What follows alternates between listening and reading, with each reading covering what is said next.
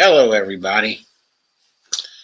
This is Empowering Democracy, and I'm your host, Joe Firestone, of course. And our topic for tonight is neoliberalism and some of its fiscal myths.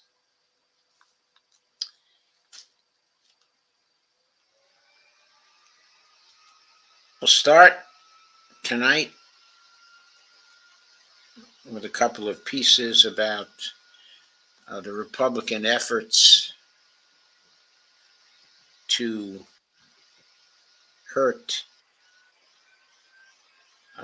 Social Security. Why?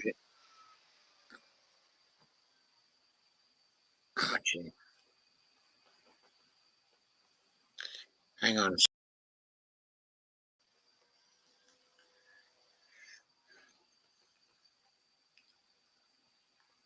Okay, okay. I have a little technical problem here. I don't know what's causing it, but let me keep trying.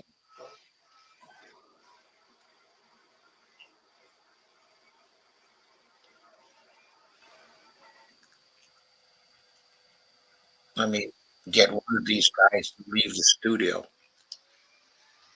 Oops. Oh, I see. I just had two instances of StreamYard open. That's what was going on there. Hello, Kay. Nice to see you. Thank you for coming. I'm going to get to the first of our articles, which I thought I was attempting to get to, but every once in a while there are some technical problems.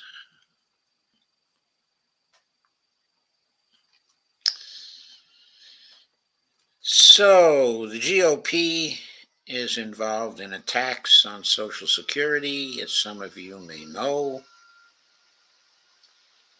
There is a congressman by the name of Arrington,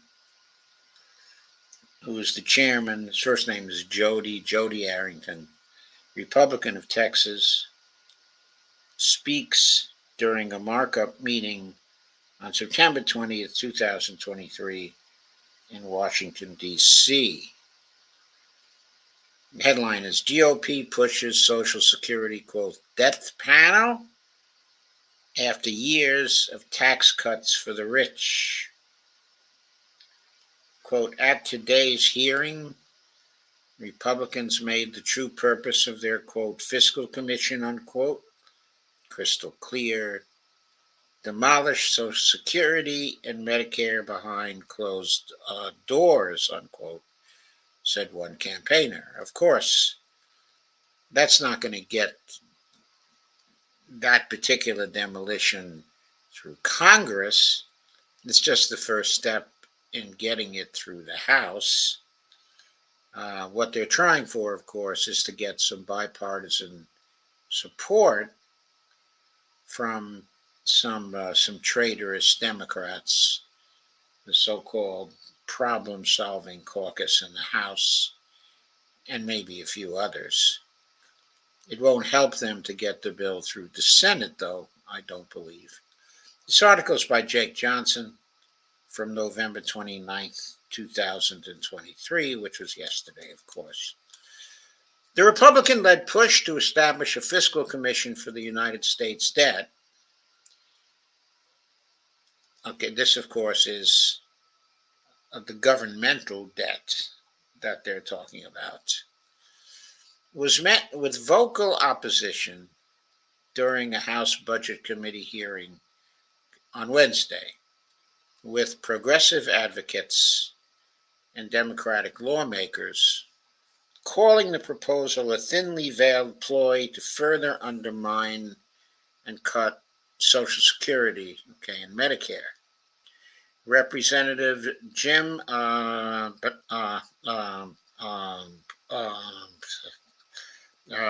Representative Jim McGovern, Democrat of Massachusetts, was one of 8 witnesses who testified at Wednesday's hearing, said he was, quote, a little skeptical, unquote, that Republican lawmakers are now concerned about the national debt, given that they have driven it up with tax cuts for the rich and large corporations in recent years and are still trying to increase it.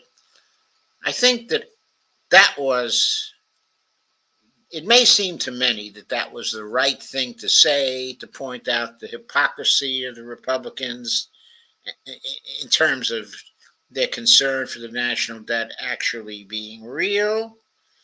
That was, of course, one thing to say about it, but it was more important to say something else, specifically that for a monetary sovereign like the United States, the level of the national debt means nothing for fiscal sustainability.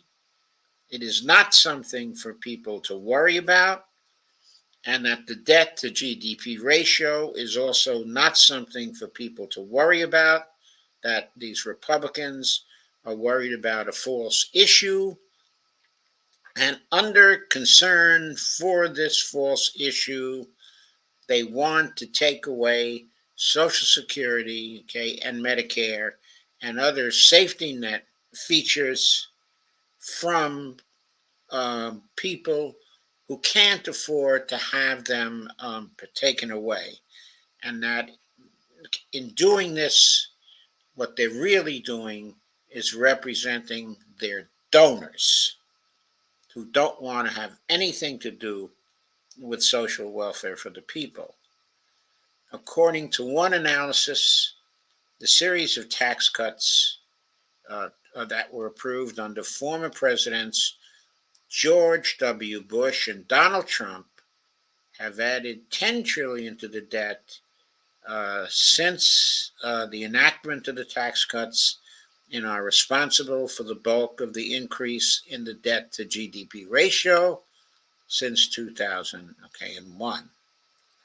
That's certainly correct, but we would be remiss if we did not mention that when Barack Obama was president and when the Democrats had control of Congress, they failed to end those tax cuts when they had a chance to do so. They allowed those tax cuts to remain when they were being sunsetted. I remember that very, very carefully. Now, this, of course, does not address the Donald Trump part of the tax cuts. They never really had a chance to get rid of those. Well, actually, they did in the early part of 2021, but they made no move to get rid of those tax cuts. That was one thing that I believe was in their platform, but they made no move to do it. Of course, this was probably due to the fact that some of the Democrats are Republicans in Democratic clothing and worse. I'm speaking, of course, of probably at least 10 people inside the Senate, led by Joe Manchin and Kyrsten Sinema, but there are a number of others who vote along with them. Social Security, of course, by contrast, is not a driver of federal deficits. I'll explain later why I don't think this is strictly true, but all federal spending is a driver of federal deficits when there's not enough taxation to match the federal spending. On the other hand, this is not necessarily bad. The assumption of this sentence is that there's something wrong with federal deficits, and Social Security is committing some kind of crime by being a driver of federal deficits. Going on, quote, if we want to ensure long-term solvency for Social Security, there are two choices. Some on the other side think we should cut benefits. I think we should ask the ultra-rich to pay their fair share. So McGovern comes forward with the two choices thing again, feeding into the narrative of a conflict, setting up a conflict between the Republicans, okay, and Democrats, because there are only two choices. There is, first of all, there's no solvency problem for Social Security that does not exist for every other government program, including military programs. The solvency program, any solvency problem is always due to Congress's unwillingness to appropriate the funds for the programs. There's no special solvency program for Social Security. That is a fiscal myth, which we will cover, okay, later. Some on the other side think we should cut benefits. I think we should ask the ultra rich to pay their fair share. We don't need a commission to tell us that. Well, we don't need a commission to tell us that, especially not this kind of commission the House is considering. We might need a commission to tell us that there are more than two choices. But I'm going to tell us that right here in this stream. Anyway, going on with Mr. McGovern's contribution to this debate, quote, and my fear is that a commission would be used by some as an excuse to slash Social Security, Medicare, Medicaid, and other federal anti-poverty programs, unquote. Of course, that's a legitimate fear. The Republicans have been trying to do that with fiscal commissions or proposals for fiscal commissions since 2009 and 2010. Representative Jan Schakowsky, Democrat from Illinois, a member of the House Budget Committee who served on the infamous Bowles-Simpson Commission, the BS Commission, also known as the Cat Food Commission, that proposed deep cuts to Social Security, expressed similar concerns during Wednesday's hearing.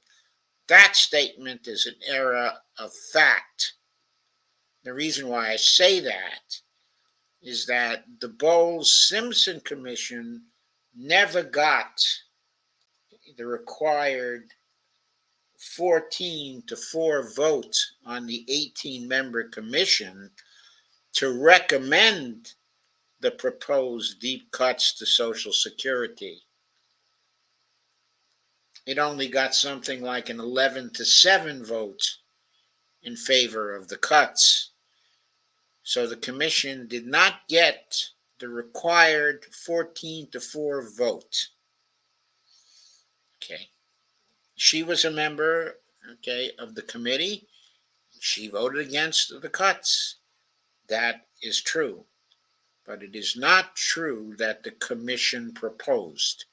11 people on the commission proposed. But that commission required a vote of 14-4 to propose anything. Schakowsky said that she was, quote, happy, unquote, the Bowles-Simpson proposals, which she vocally opposed at the time, weren't adopted, and warned that a fiscal commission of the kind backed by Republicans and right-wing Democrats, by the way, the same combination as there was in 2009 and 2010, except the Democrats had complete control of the House in 2009 and 2010, and they weren't able to get the proposal for a commission through either the House or the Senate at that time. So what happened is some people, the people who wanted cuts, asked the executive branch to have a commission, a fiscal commission on that. And since there was no appropriation from Congress, then the Peter G. Peterson Foundation, that had at that time recently been founded by Peter G. Peterson, suggested that it would provide the funds for the president to have this commission. And so that's how the commission came into existence in 2010, with funds from a private foundation. People in Congress did have a hand in this because there was a proposal that passed Congress for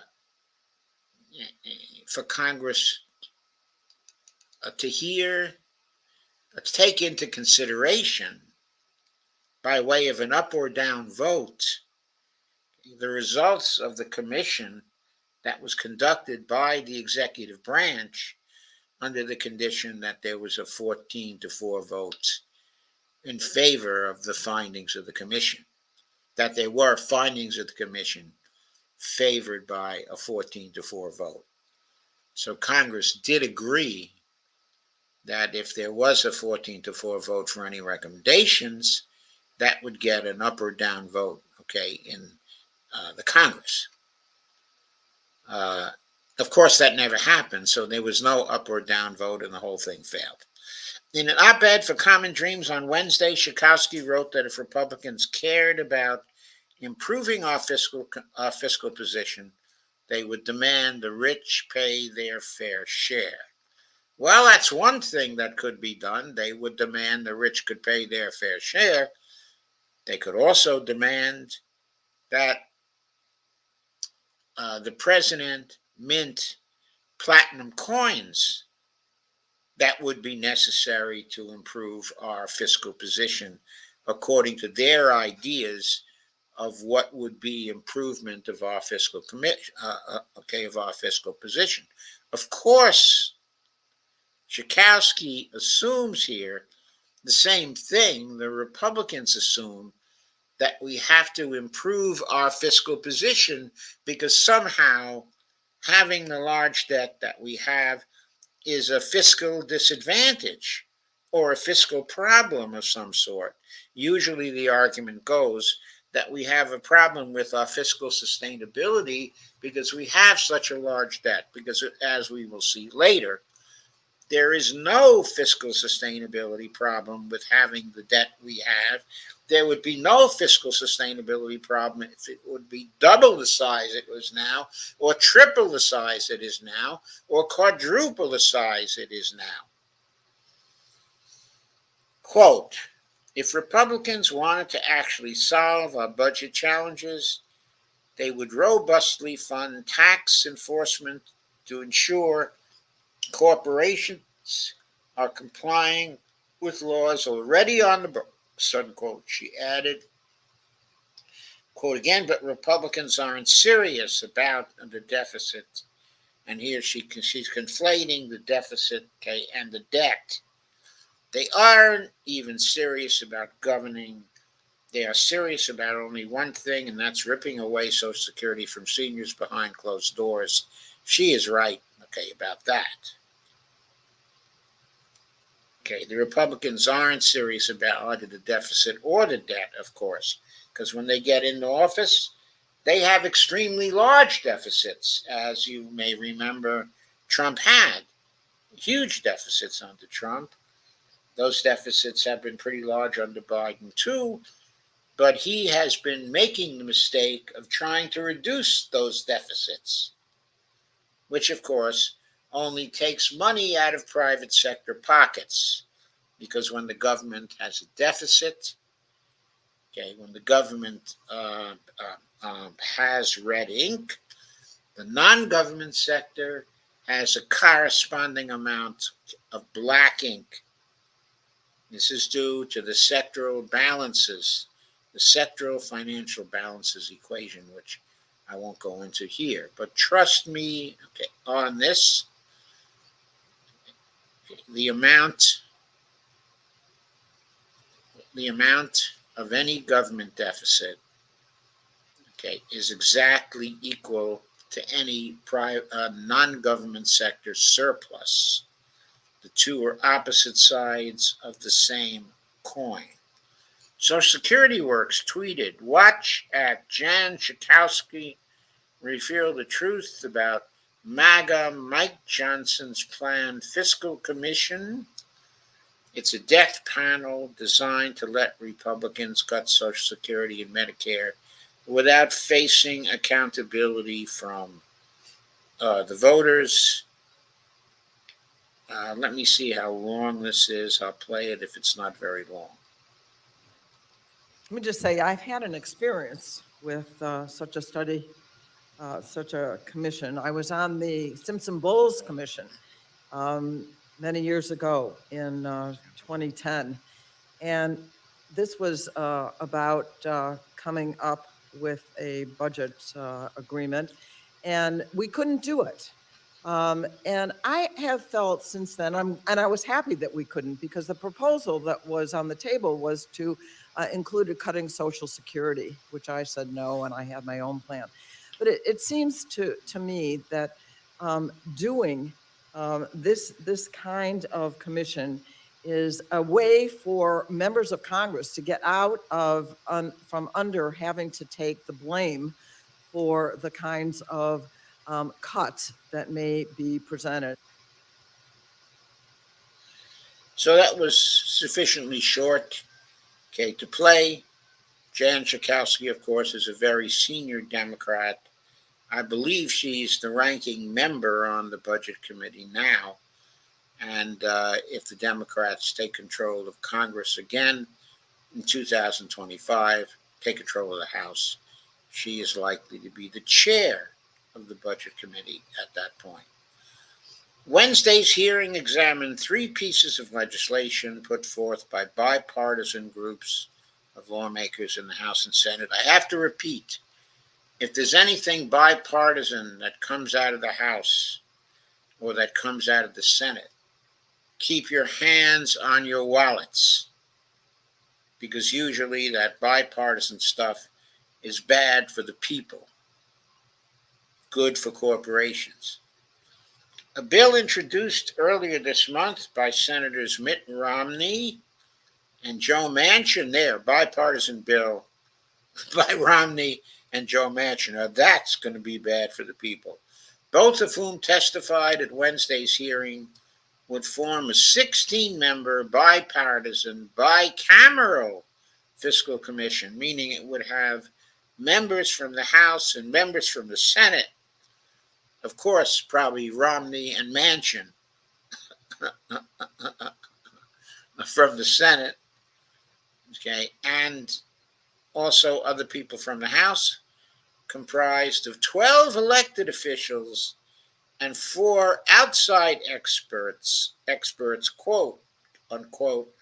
You can be sure there will not be an MMT expert on that panel, that the experts will all come from the austerity monger experts. They may all come from people who were nominated by the Peter G. Peterson Foundation, which is Austerity Central here in the United States. 4 outside experts tasked with crafting legislation to, quote, improve solvency of federal trust funds over a 75-year period, unquote. The federal trust funds don't have any money in them. They are purely accounting records. So those trust funds can't become insolvent. They can go down to 0. But since they're not about money, but only an accounting record, there's no solvency question with respect to those. But in addition, when we treat the question of solvency of actual federal funds, those funds in the Treasury spending account, okay, for example, any problem of solvency can easily be solved by Congress through the appropriation of new funds.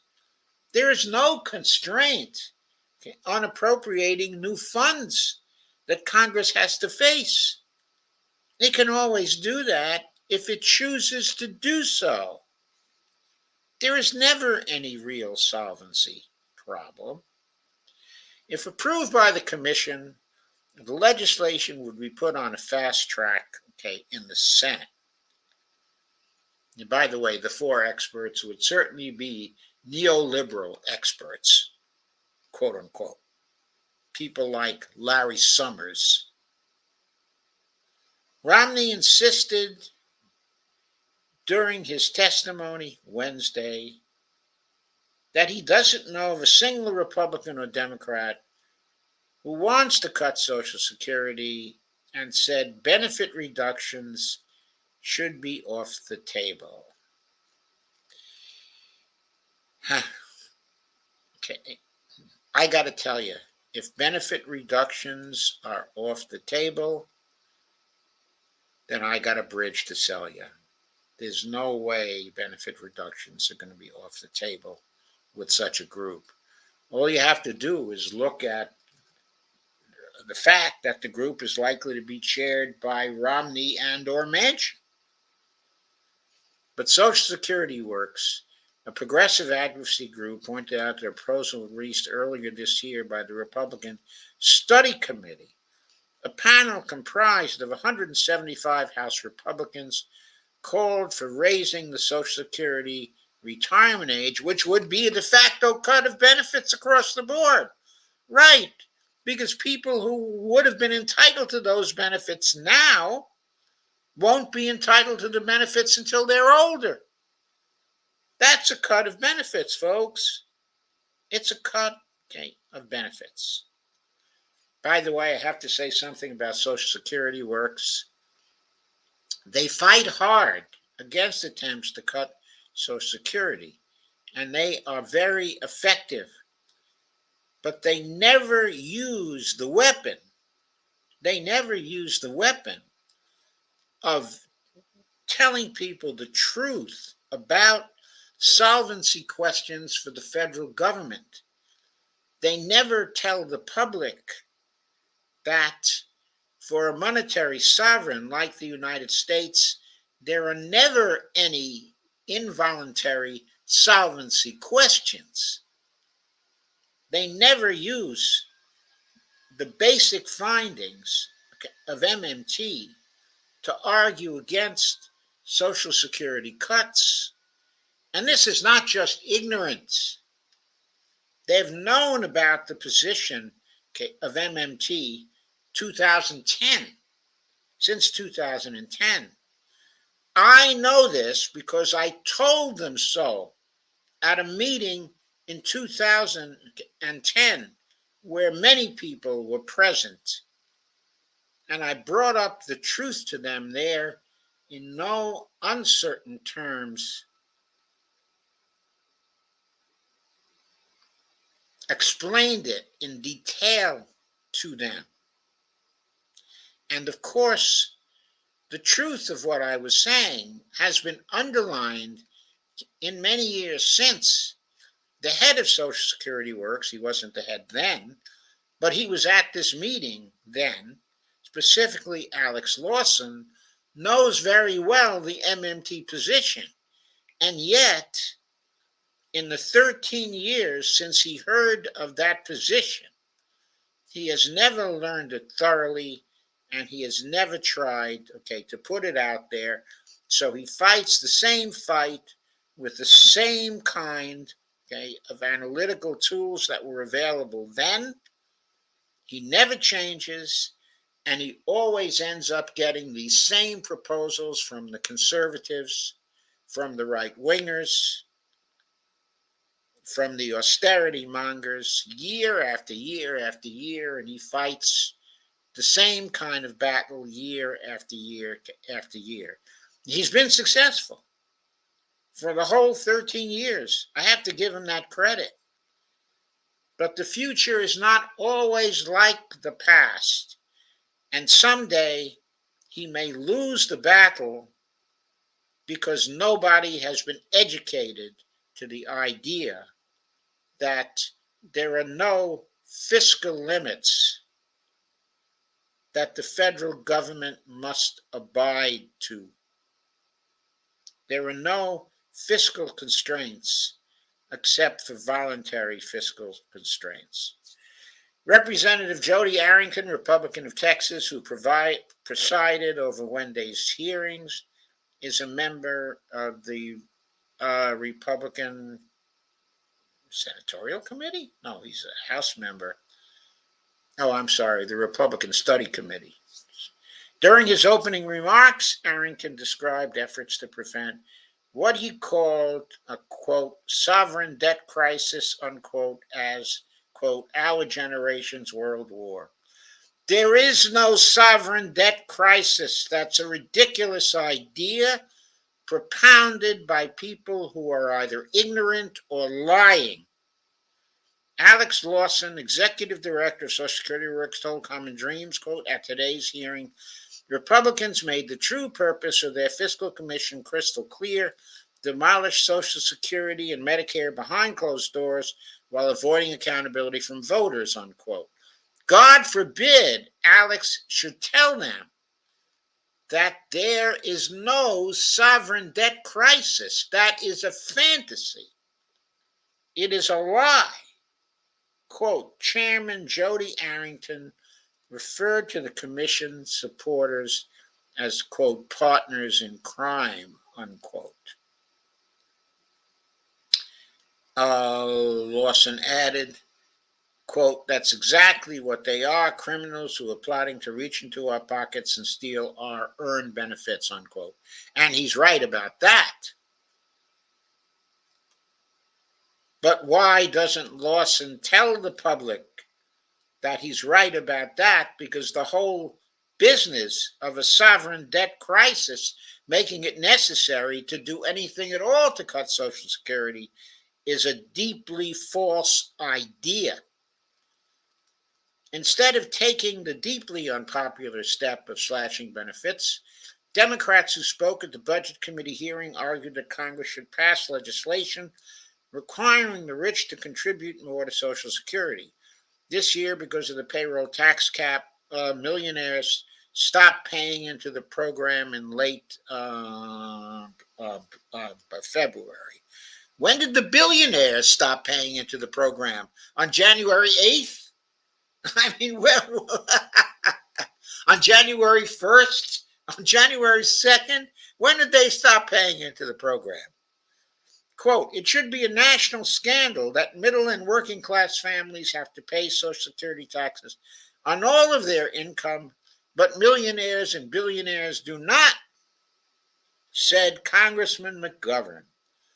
And Representative Brendan Boyle, Democrat of Pennsylvania, the top Democrat on the House Budget Committee. So it turns out Jan Schakowsky is not the top Democrat. It's Brendan Boyle. Don't know how that happens because Brendan Boyle is far younger than Jan Schakowsky. I don't remember his being a congressman in 2010, but I may be mistaken about that.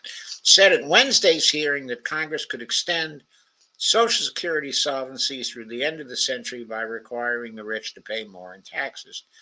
They could also extend Social Security solvency through the end of the century simply by minting a platinum coin to cover the funding of Social Security through the end of the century.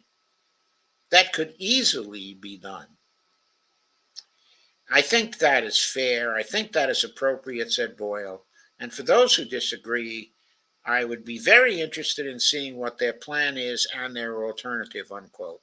No, you won't. Because you've got to know that there are alternatives in relation to using platinum coins or overt congressional financing. I'm sure you know that's available. You know that's an alternative, but you don't want to recognize it because you're fighting, a political battle to get taxes raised. And I'm all for raising taxes, but I don't want any false justifications for raising taxes. We need to raise taxes on millionaires and billionaires because their fortunes are dangers to our democracy That is why we need higher taxes on them. We need confiscatory taxes, but it has nothing to do with revenue, with needing the revenue, because as we'll learn very soon in this stream, the tax revenues are never used for spending. Following the hearing, Representative Summerlee at the federal level. Following the hearing, Representative Summerlee, Democrat of Pennsylvania, delivered a speech on the House floor condemning Republicans for working to, quote, establish a death panel commission to gut earned benefits, and described the effort as part of a cycle that must be opposed.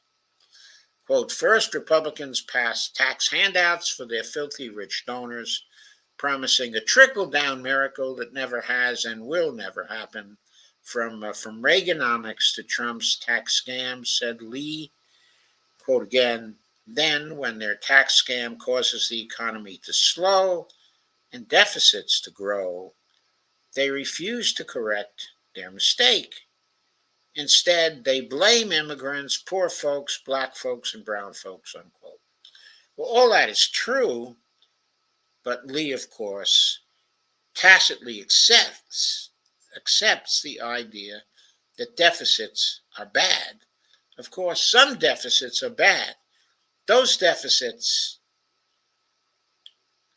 the kind of deficit spending that directs money to those who do not need it, that's bad for equality and for, our democracy. But the kinds of deficits that direct spending to immigrants, to poor folks, to black folks, to brown folks, and to the middle class, those kinds of deficits are good because they add to the well-being of most of society. So there are good deficits and there are bad deficits. It depends on the consequences, of the deficits. Deficits are neither inherently good nor inherently bad. Surpluses are neither inherently good nor inherently bad. In both cases, they're the difference between tax revenues and federal spending. Quote, then they repeat the cycle, she continued, hoping enough of us will forgive or forget their scheme to tear away Medicare and Social Security and believe their lie that they were, quote, only after food assistance, health care, and housing for poor folks, not your earned benefits, when the truth is that they always were and always will be after it all. Summerlee is quite right about that. A very good statement. Only problem with it is tacit assumptions that deficits are bad. When will Democrats learn? When will they ever learn? They have to fight against that assumption and that framing of things. Have to compose a song about that. Something about when will they ever learn? When will they ever learn? I should be able to do a parody of Where Have All the Flowers Gone? But anyway, we'll leave that for another day. Hello, Steve Wolfbrand. I like Summerlee. I like Summerlee too. I think she's a very good addition to the Congress. And hopefully we will see great things from her. But here is our second piece for the day.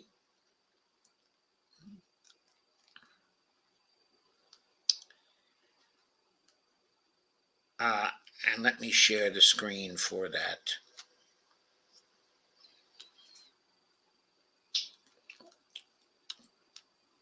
This one is entitled, it's also from Common Dreams.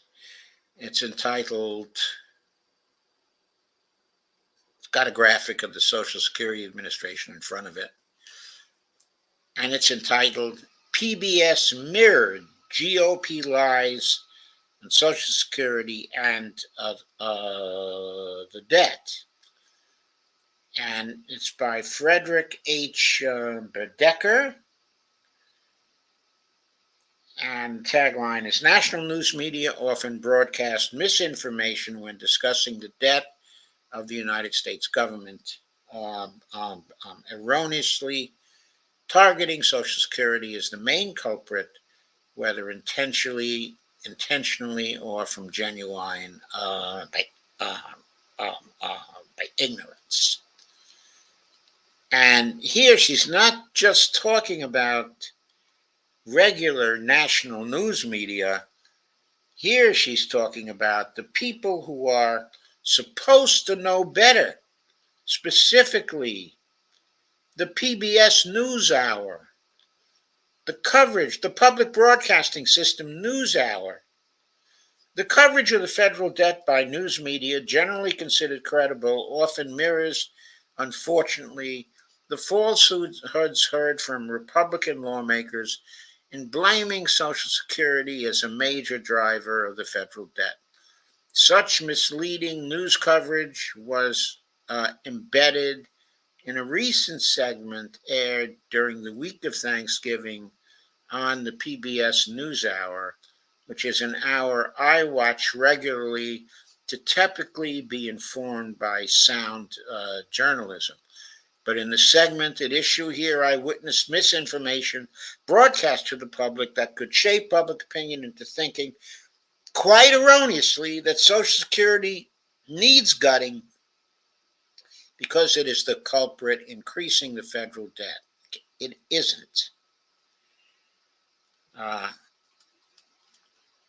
the particular segment on the federal debt on PBS NewsHour was introduced on Tuesday, November 21st, by co-anchor Amnon Nawaz, stating how the U.S. government remains open this Thanksgiving week thanks to a temporary funding deal Congress passed last week.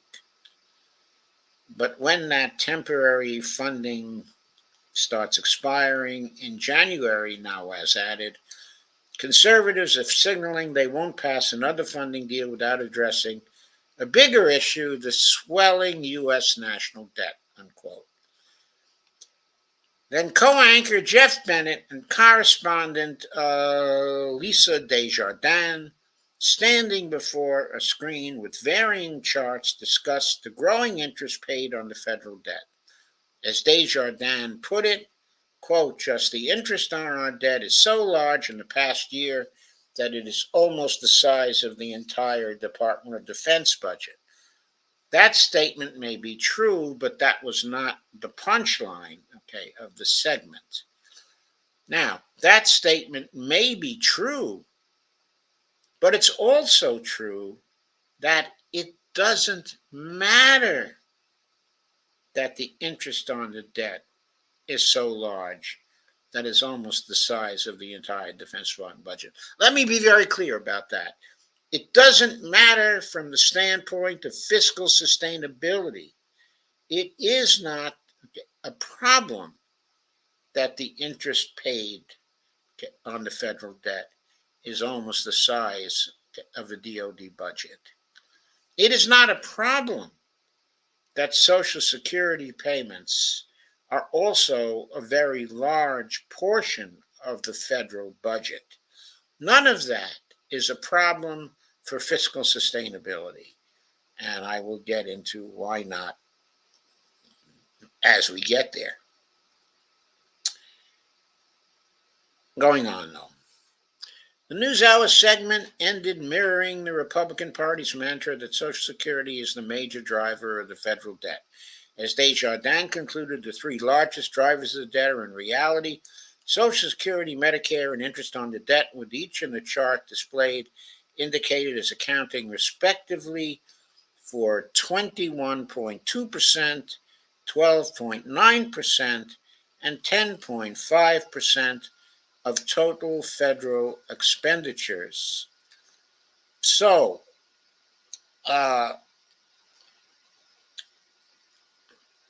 really, what's happening here is Congress is not addressing the big drivers of the debt at all. Now, I have to immediately ask, what is the percentage of total federal spending that's accounted for by the Department of Defense and by the other departments that contribute to our defense? We know that amount is now more than $1 trillion. So it's got to be somewhere in the ballpark of these other expenditures. Why doesn't Desjardins say that that is a big driver of the debt, okay, as well? Now, I don't think it matters what the drivers of the debt are, because, as I said, the debt is no problem for fiscal sustainability. But why don't they state? Why are they unfairly presenting this? Why don't they point to the contribution to the debt that is made by military expenditures? Why don't they point to the contribution to the debt? Okay, I'm going to leave it there. She mentions Social Security, Medicare, and interest on the debt, but not really Medicaid and other healthcare expenditures of the federal government, which are also very large. The total expenditures on healthcare by the federal government are uh,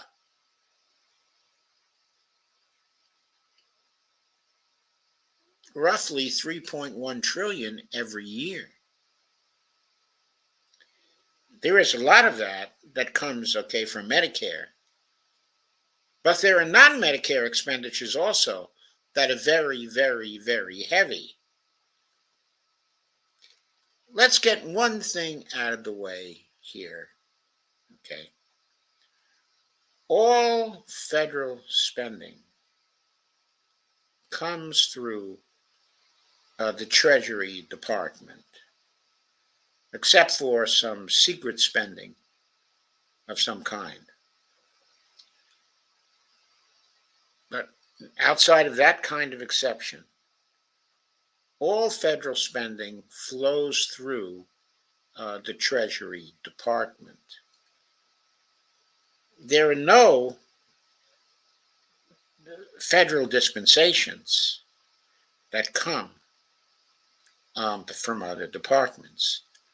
This is true for Social Security. Okay, it's true for Medicare. It's true for other um, um, um, um, um, spending that is somehow associated with trust funds that exist, as I told you before. There is no money in any of the trust funds. They're only accounting records. Where's the money?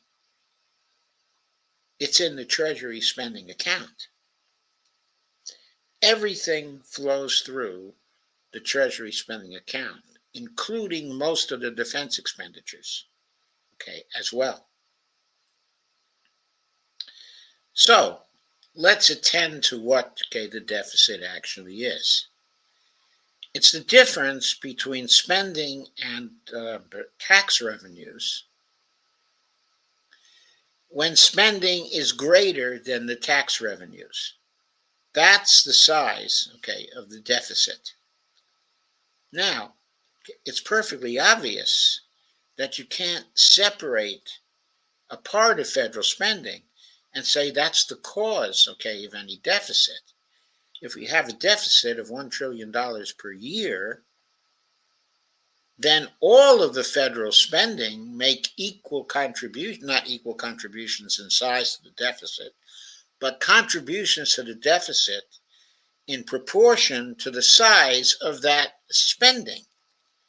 There's no way to separate it out and say this spending is what's causing the deficit, or that spending is what's causing the deficit, or that other spending over here is what's causing the deficit.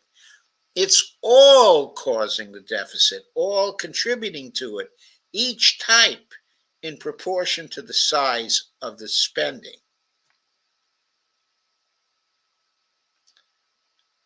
So keeping that, okay, in mind,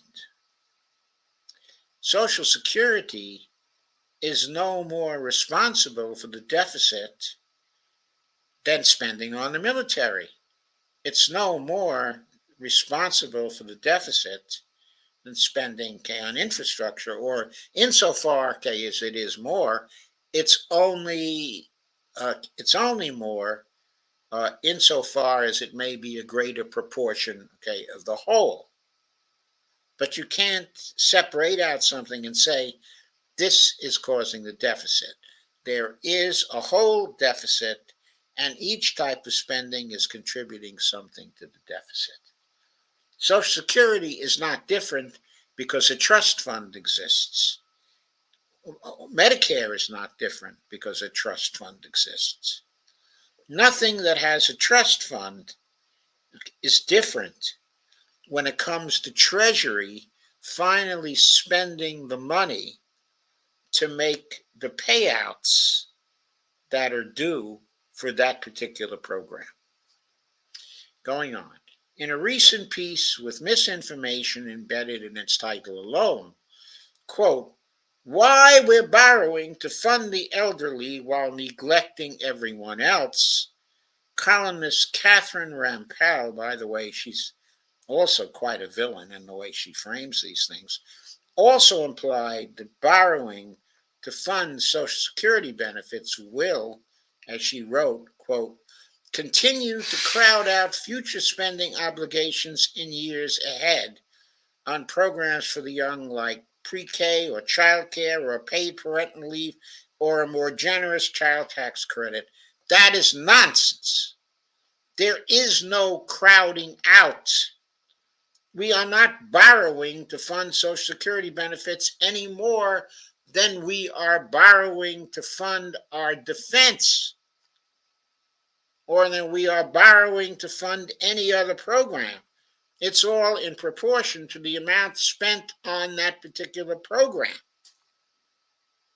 Also, no matter how much we're spending on all these programs, they cannot crowd out future spending obligations in years ahead, because Congress can always make the choice to fund programs such as pre-K or child care or paid parental leave or a more generous child tax credit. Whether Congress does fund that depends on whether Congress is for it and whether Congress understands that the United States is a monetary sovereign and can always appropriate the funds that are necessary for any program that Congress thinks is actually necessary. It's up to Congress. There is no crowding out because there is no constraint on federal funding. There are empirical constraints, like, for example, if a particular set of federal programs were to cause inflation, then there may be some necessity to get rid of certain federal programs that have a disproportionate effect when it comes to causing inflation. Might make some sense to curtail those programs. But I haven't seen, an analysis yet that isolates, our military programs and that gauges how inflationary the military programs are compared to our educational programs, for example, or compared to Social Security, or compared to our infrastructure programs, or compared to our energy programs, or compared to any other programs.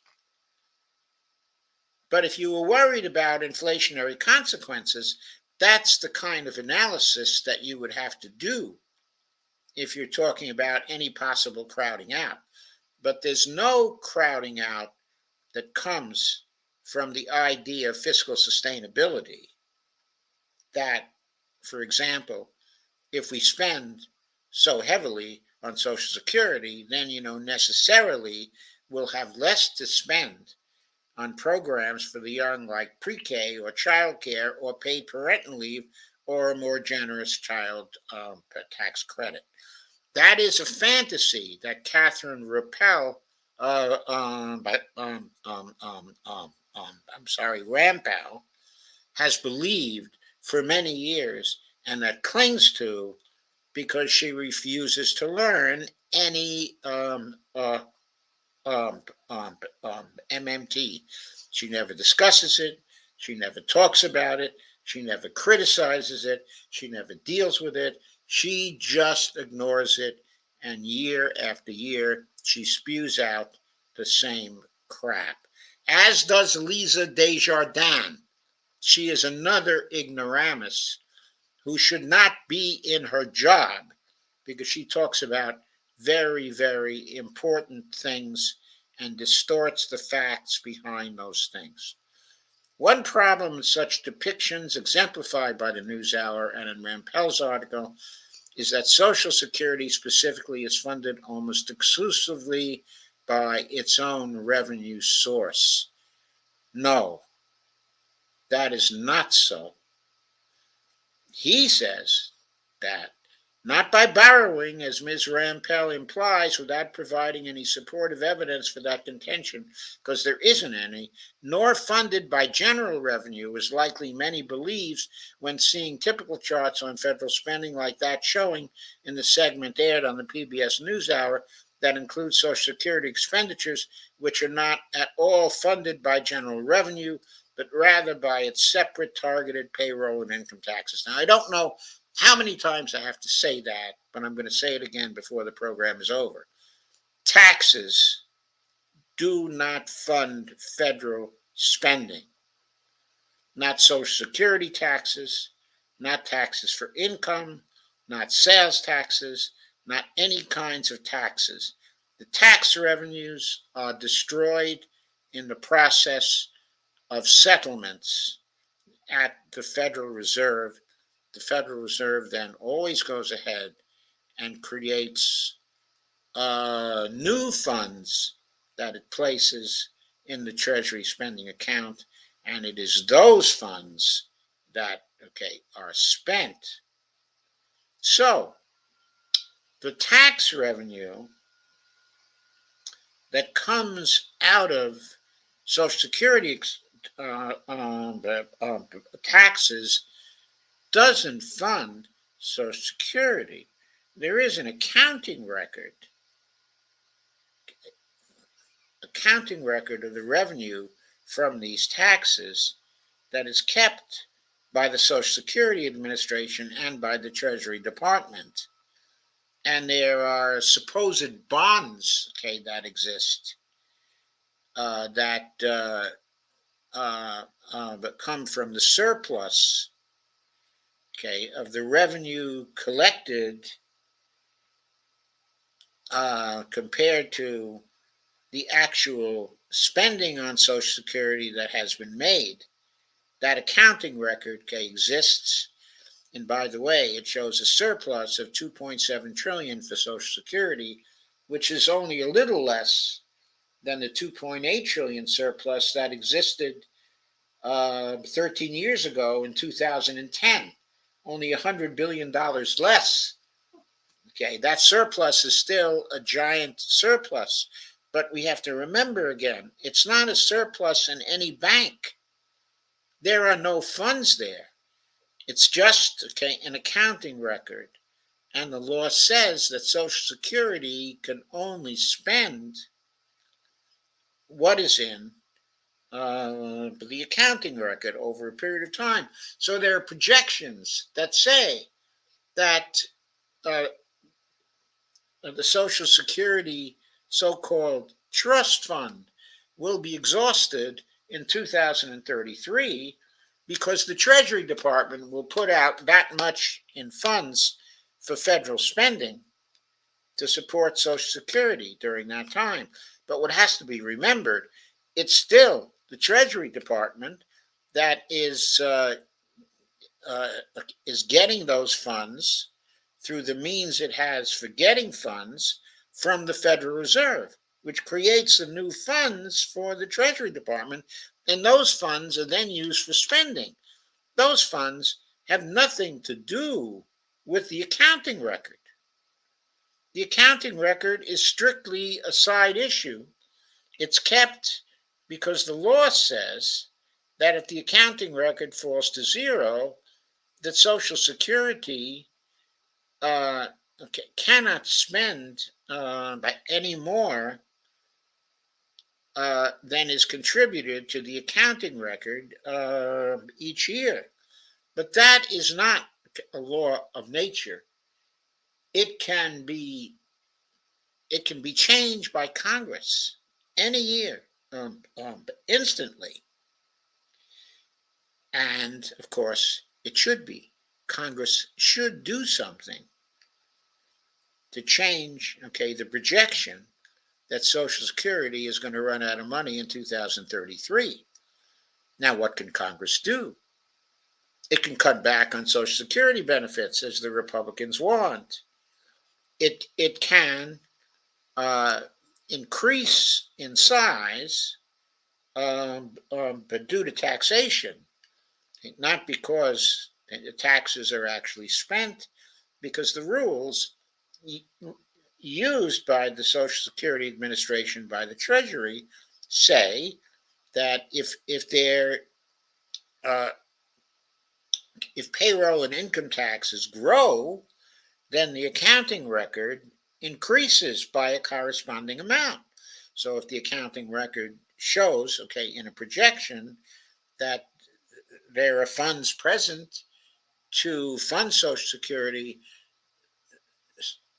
till 2060 or 2090 or right up to 2100, then the accounting record will show that, and so the projections will say there is no cause for worry. But that's not based on whether we cut benefits or whether we choose to increase taxes alone. It's also based on whether we create further money for the Treasury spending account, and we change the law so that the additional revenue will be earmarked for Social Security payments. Now, that could very easily be done. For example, we could mint a platinum coin that's worth $100 trillion. That would likely cover, in fact, it would certainly cover all Social Security payments until 2100. Or we could mint a coin that was worth $1 quadrillion. That would cover all deficits and all Social Security expenditures also up through that period, of time. So, what I'm saying is Congress can always do things to produce the money, that's necessary. What is the actual fact involved in supporting Social Security payments each year that come out of the Treasury Department? It is congressional appropriations of the spending on Social Security that, what's more, doesn't come out of the trust fund. It comes out of the Treasury spending account, like every other kind of spending of the federal government, including military spending. So, as I said, all of the spending programs of the federal government contributes to the deficits proportionately to the size of the program. No one program can be said not to cause any of the deficit, and no one program could be said to cause most or all, of the deficit. It's strictly based on the size of the program and the proportion of spending that is due to that particular program.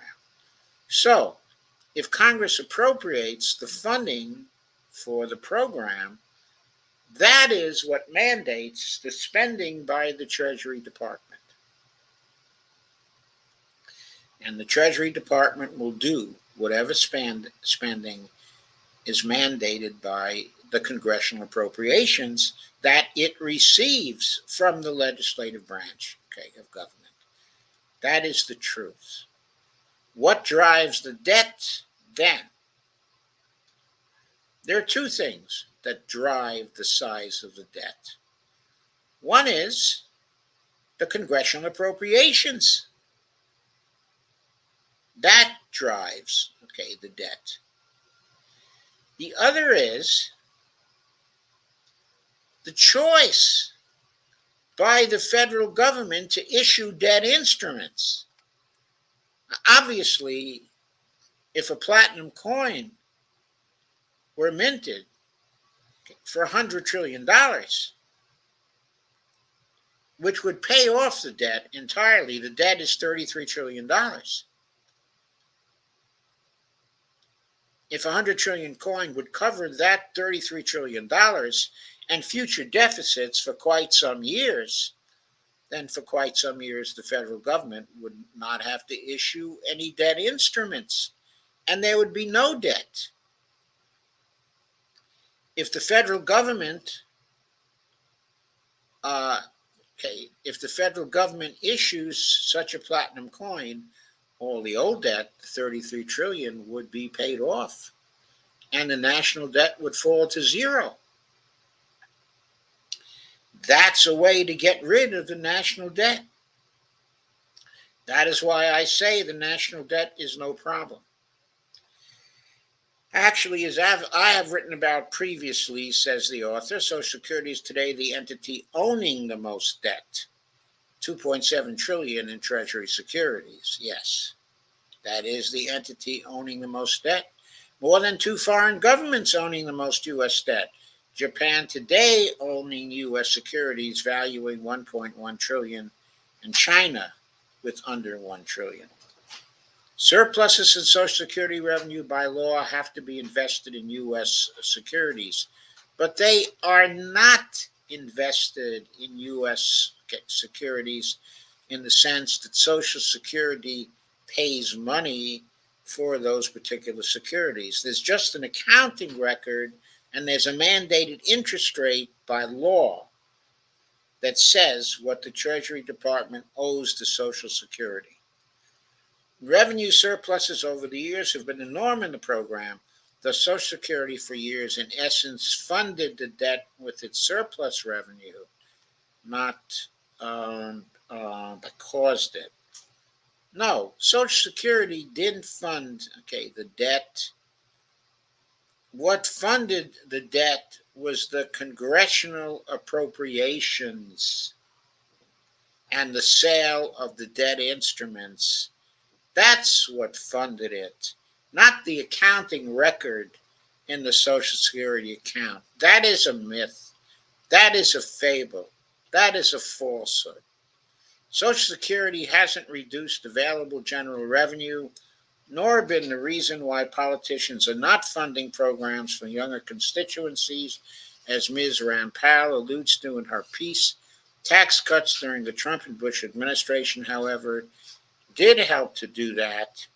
Well, not really. They did not necessarily. They only helped to do that, in the sense that since the tax revenue did not come in, the Federal Reserve did not create, any new funds for the Treasury Department that, according to its business rules, it otherwise would have done. But again, the taxes that would have come in would not have funded the spending anyway.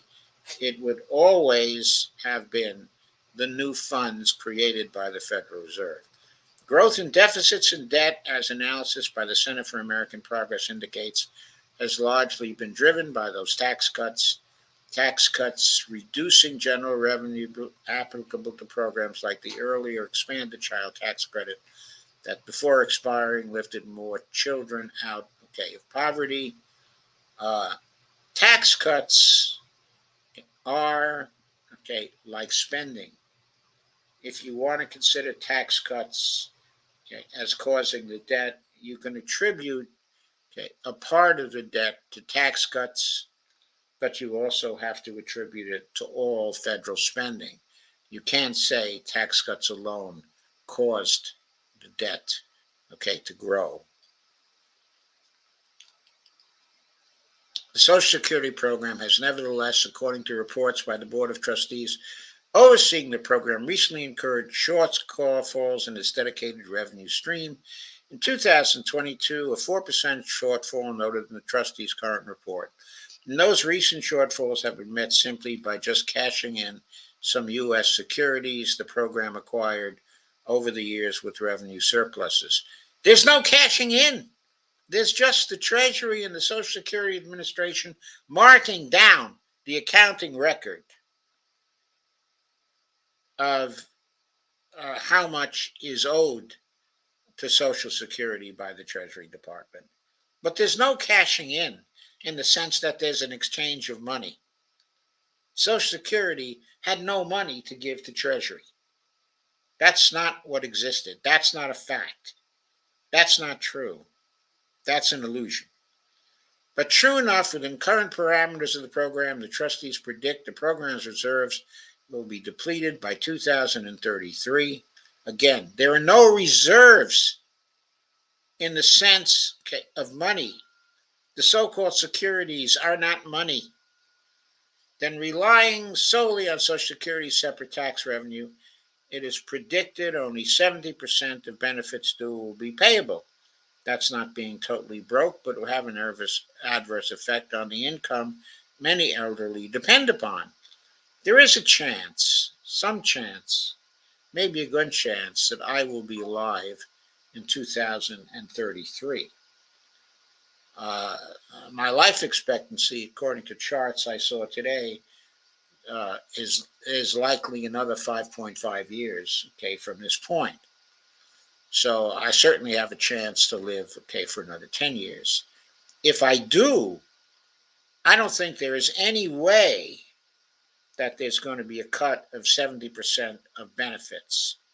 Some people will make the point that the shortfall is due only to lack of appropriations by the Congress, that the law needs to be changed, that the appropriations need to be made, so that full benefits will be guaranteed according to the Social Security law.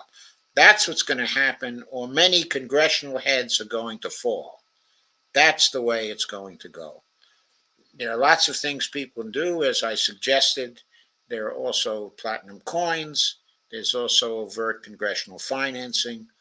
All this can be done. Raising the Social Security retirement age to purportedly reduce costs also has adverse effects, as I discussed earlier. The Congressional Research Service, among others, have outlined. For one, among those of lesser means who also on average have lower life expectancies, increasing the retirement age would reduce their lifetime Social Security benefits collected disproportionately relative to reductions among higher income earners with typically longer life expectancies. Increasing the retirement age would furthermore disproportionately harm those retiring early due to work-related health impairments suffered most permanently in blue-collar occupations. The different options some propose to increase revenue is eliminating the cap on the income subject to the Social Security payroll tax. In 2024, the limit on income tax will be $168,600. Income above that limit would not currently be taxed. However, Social Security is made solvent for the future. One thing is quite clear.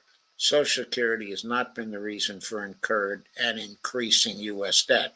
Or it's not, I would not agree with that. What I would say is it has not been any more of the reason for incurred and increasing U.S. debt than any other expenditure has been. And furthermore, no expenditure has been the reason for increasing U.S. debt, because the most important reason for incurred and increasing U.S. debt has been the choice of the federal government to issue debt instruments, to issue treasury bills and treasury securities of various kinds, rather than to issue platinum coins or to use overt congressional financing. That is the reason for the existence of the U.S. debt. That is the primary reason. And that is, of course, what we have to realize. But Frederick H. Decker is a Maryland based sociologist earning his PhD at Florida State University. He is not an economist. He is not an MMT economist. He doesn't really know what he's talking about. He's out of his depth, as is Lisa Desjardins and Catherine Rampal. They're all out of their depth. They don't know what they're talking about. And I want to address, some myths, further on. Uh, what I'm going to do now is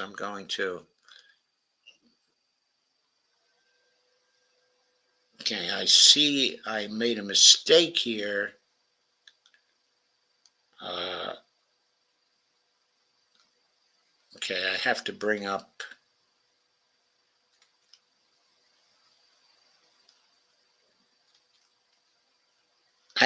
Something else that I thought I had stacked and ready to go, but it turns out that I did not. I had the wrong thing up, the wrong book up.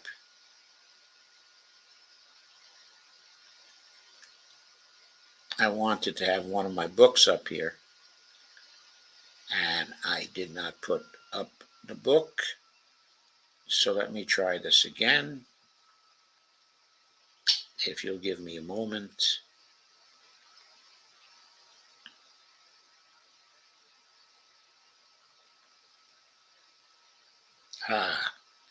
Thank you, honey.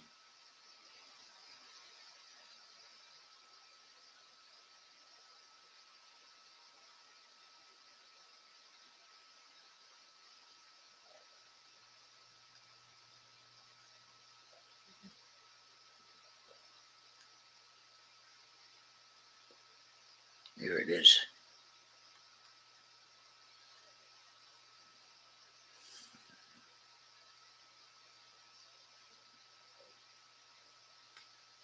Oh, no, I don't want to do that. Sorry.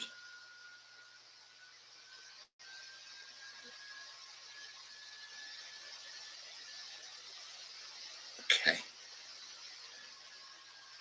For a moment, I brought up the wrong browser. I didn't want to open with that.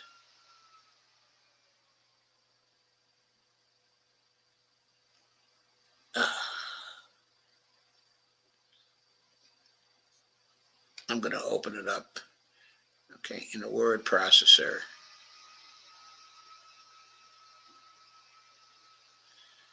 No, that's the wrong one also.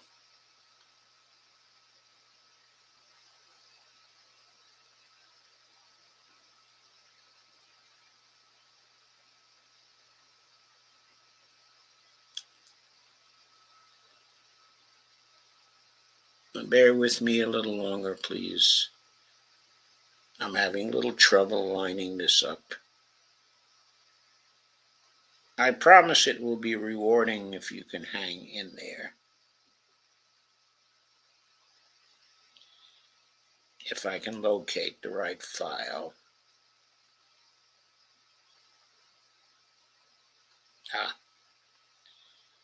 I think I have it now.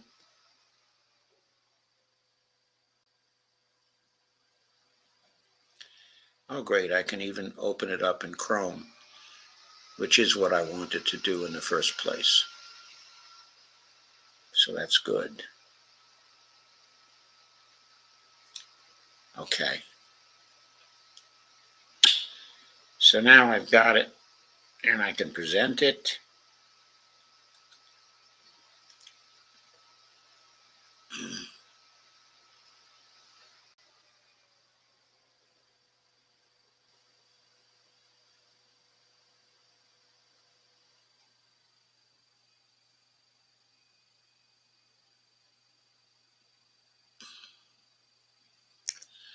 Oh, I know what.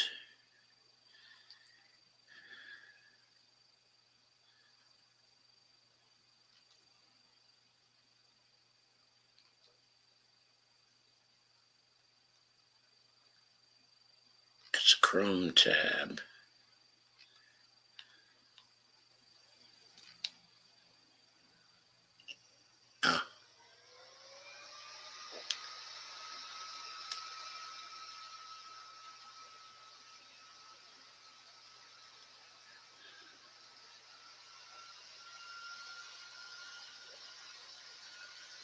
Oh, I see. This is mislabeled. That's what it is. So that's what was causing trouble for me.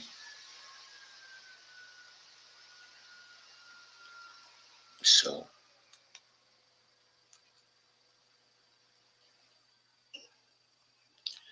the file was there all along, but it was mislabeled.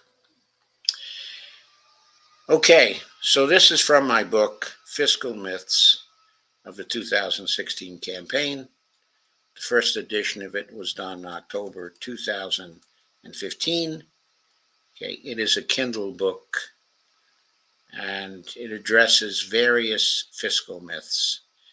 And I wanted to read some of, I'm now sharing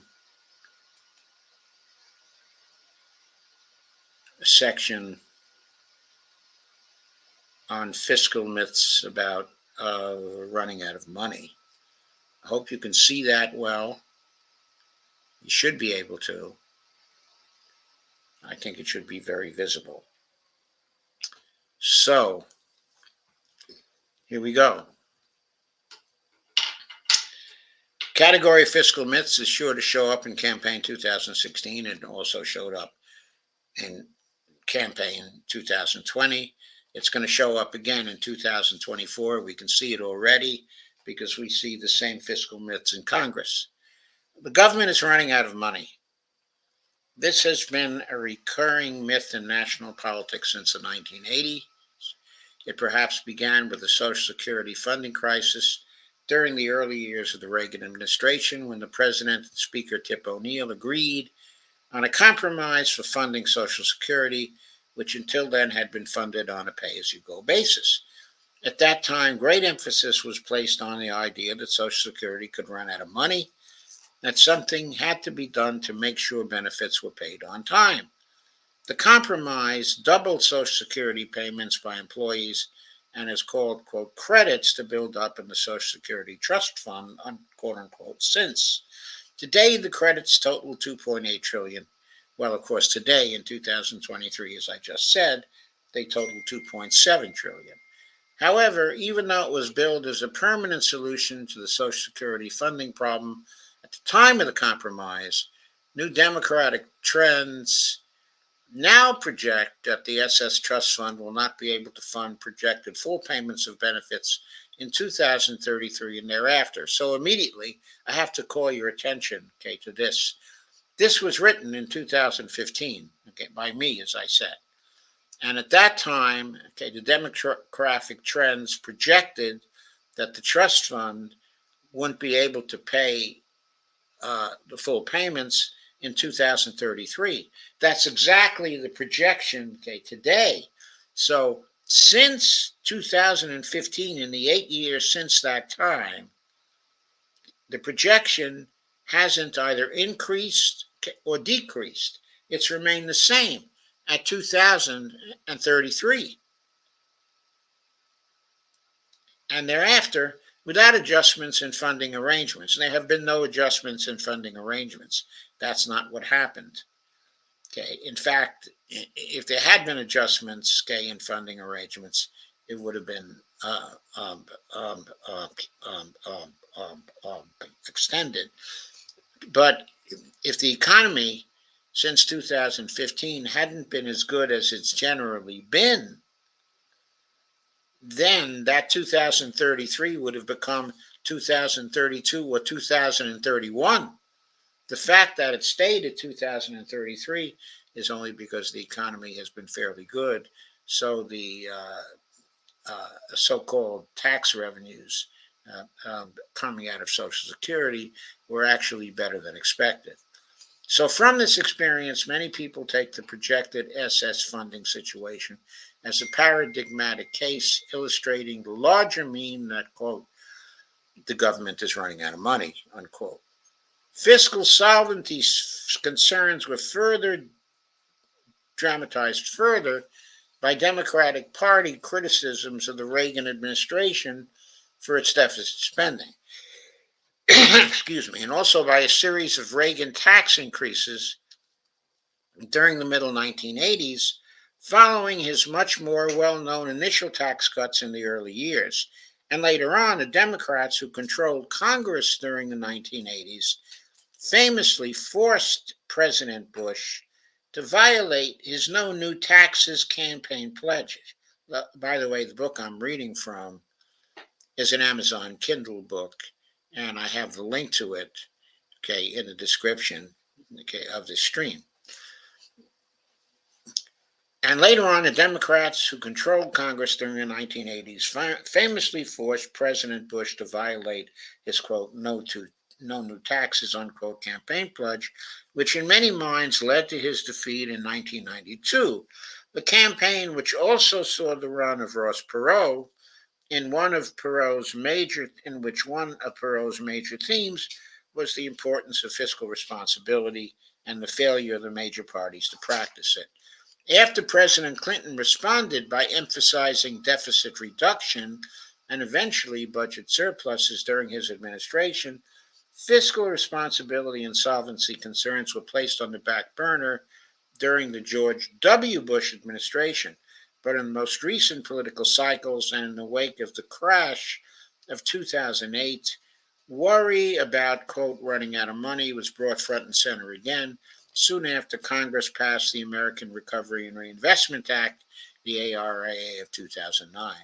We first heard the running out of money meme from President Obama on May 23, 2009, in a C-SPAN interview with Steve Scully.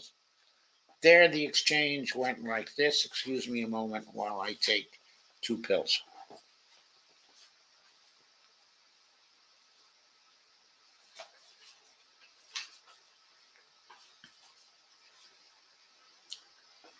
There go my 2 pills.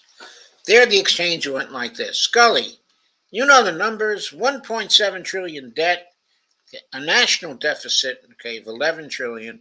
I think he meant to say a deficit of 1.7 trillion. A national deficit, okay, a national debt, okay, of 11 trillion. I think he confused his terms there. At one point, do we run out of money? Obama, well, we are out of money now. We are operating in deep deficits, not caused by any decisions we've made on healthcare so far. Yeah, because they hadn't made any decisions on healthcare. This is a consequence of the crisis that we've seen, and in fact, our failure to make good decisions on healthcare over the last several decades. Since then, the President, Obama, of course, since this was written in 2015, has reinforced his view that the government is short of money, especially when he created the National Commission on Fiscal Responsibility and Reform. That was the earlier Fiscal Cat Food Commission that I mentioned earlier.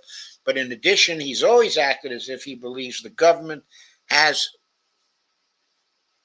a governmental budget constraint, and he's never acted as if he believed that the government is in a unique position because it is an issuer and not just the user of its own currency. What's really behind this angst is ostensibly the mistaken idea that the government can run out of money and so go broke, and that it is doing so. But this fear, if it is real, which is doubtful since we've issued another 7 trillion in debt instruments since that interview, and I have to point out here, our debt right now is somewhere around 33 trillion, isn't it? So minus the 11 trillion, okay, at that time, we have issued an additional 22 trillion in debt instruments since that interview, with no diminution in our evident capacity to issue more, okay, is due to a misunderstanding, a throwback to the days before 1971 when the currency had to be backed by some finite amount of currency, of commodities such as gold. And by the way, you remember that just yesterday when I was talking about some of the ideas, okay, of Robert Kennedy, and talking about his desire to go back to hard currencies of some sort, and to do this through crypto. That would be a throwback to the days before 1971. when the currency had to be backed by some finite amount of commodity, such as gold. But in Kennedy's case, it would be crypto, or it might be some kind of energy thing. But we live in a different time. All the money issued by the government today is backed by nothing except the full faith of credit of the United States of America. The need people have for dollars to pay taxes and settle legal disputes, and the productivity of the American economy. And that means our government can, as long as these conditions exist, always use its constitutional authority to create money to pay its previous debts at any point in time, as long as it chooses to spend to meet its obligations. There is no solvency issue and no solvency risk. America can't go broke. The government doesn't finance its spending either through taxes or borrowing, but by, quote, marking up, unquote, the bank accounts of the people, corporations it is paying. So even if it has a temporary inability to tax or to borrow, it can't go broke unless its political authorities, including Congress, fail to honor its obligations in violation of the provisions of Section 4 of the 14th Amendment to the U.S. Constitution by refusing the appropriate funds needed to make payments. To get a better understanding of why this is true, take a look at this lengthy passage from the transcript of a presentation given by Professor Stephanie Kelton at the Fiscal Sustainability Teaching Counter Conference held at George Washington University on April 28th, 2010. By the way, that was a conference that I was the lead organizer of. Quote, the government is the issuer of its currency. It is not like a household. It doesn't have to raise money by borrowing or collecting taxes in order to spend. Those of us in the private sector have to earn or borrow dollars before we can spend.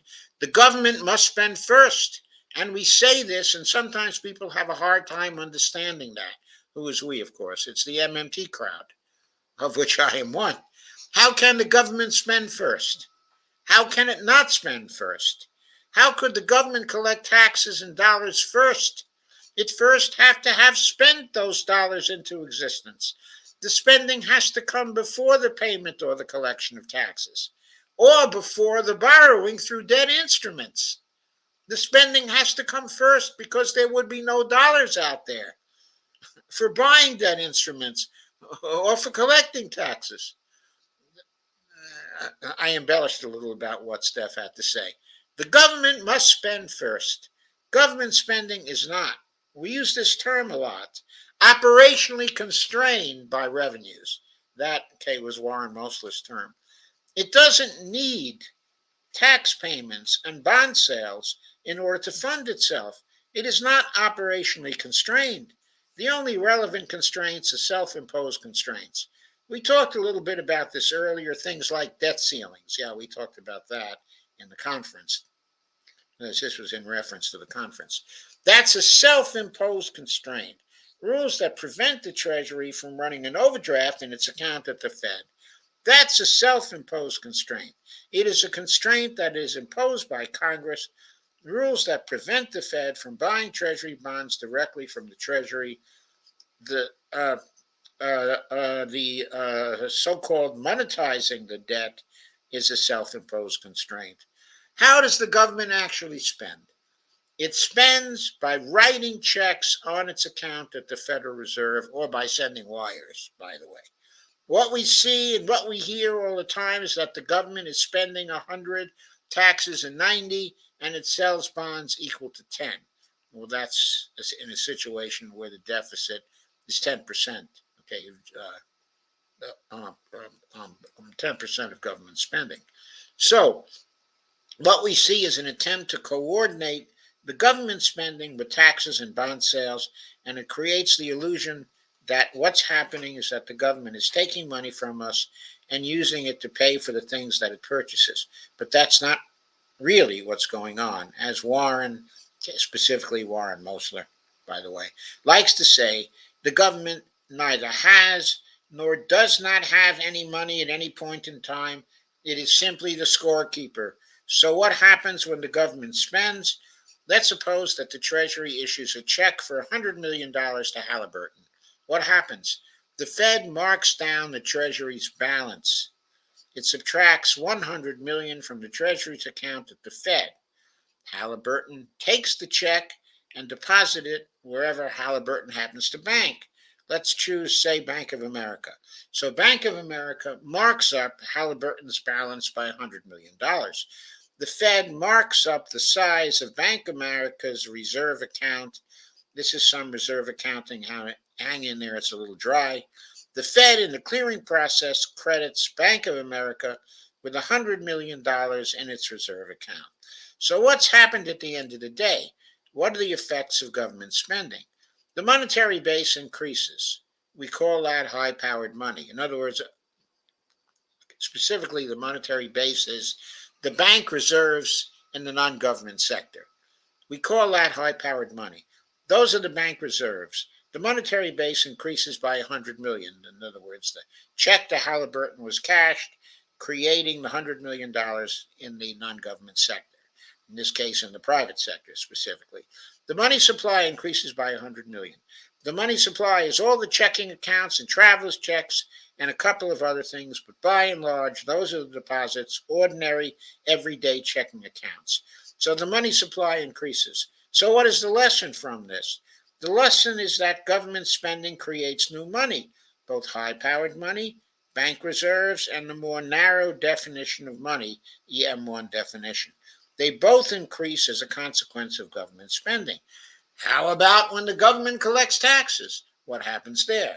Say you write a check for $5,000 to the IRS on your personal checking account and you bank at Wells Fargo. Wells Fargo marks down the balance in your account. It minuses $5,000 out of that account. The check gets sent from the IRS to the Treasury's bank. The Treasury banks at the Fed. The Fed marks up the Treasury's balance by $5,000 and marks down Wells Fargo balance by $5,000. What happens at the end of the day? The effects of paying taxes. See, when you pay taxes, there's nothing there. Everything simply disappears. The monetary base in the private sector disappears. Bank reserves go down by 5,000. So the base goes down. The money supply also goes down because you drew on your checking account. So the money supply goes down by 5,000, the narrow measure, M1, and the monetary base goes down as well. Paying taxes destroys money. It doesn't give the government anything. It doesn't get anything. It eliminates those liabilities. They are, for all intents and purposes, destroyed. That's if you pay with a check. What would happen if you actually sent the government your cash?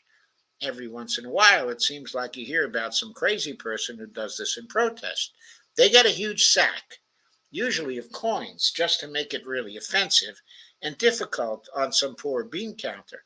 Let's say you have a tax liability and it's $100 and you just mail in $100 bills. Apart from the shock of opening the envelope, what are they going to do with this? What do we do with this? Send it to the Fed? That's where the Treasury banks. Goes to the Fed, and what do they do with it? They shred it. They shred it.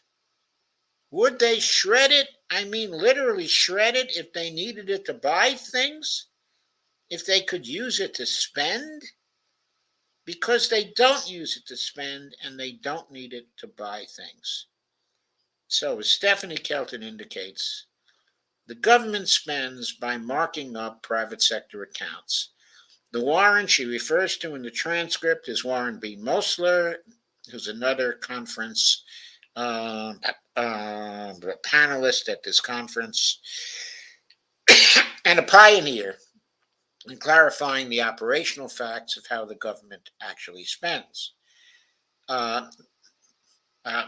Specifically, Warren's analogy, which you'll find described in his book, The Seven Deadly Innocent Frauds, characterizing the government by analogy as a scorekeeper at an athletic event, leads him to ask whether it makes sense to look at the scorekeeper the government is either having or not having points, so that it makes sense to ask whether it can run out of points.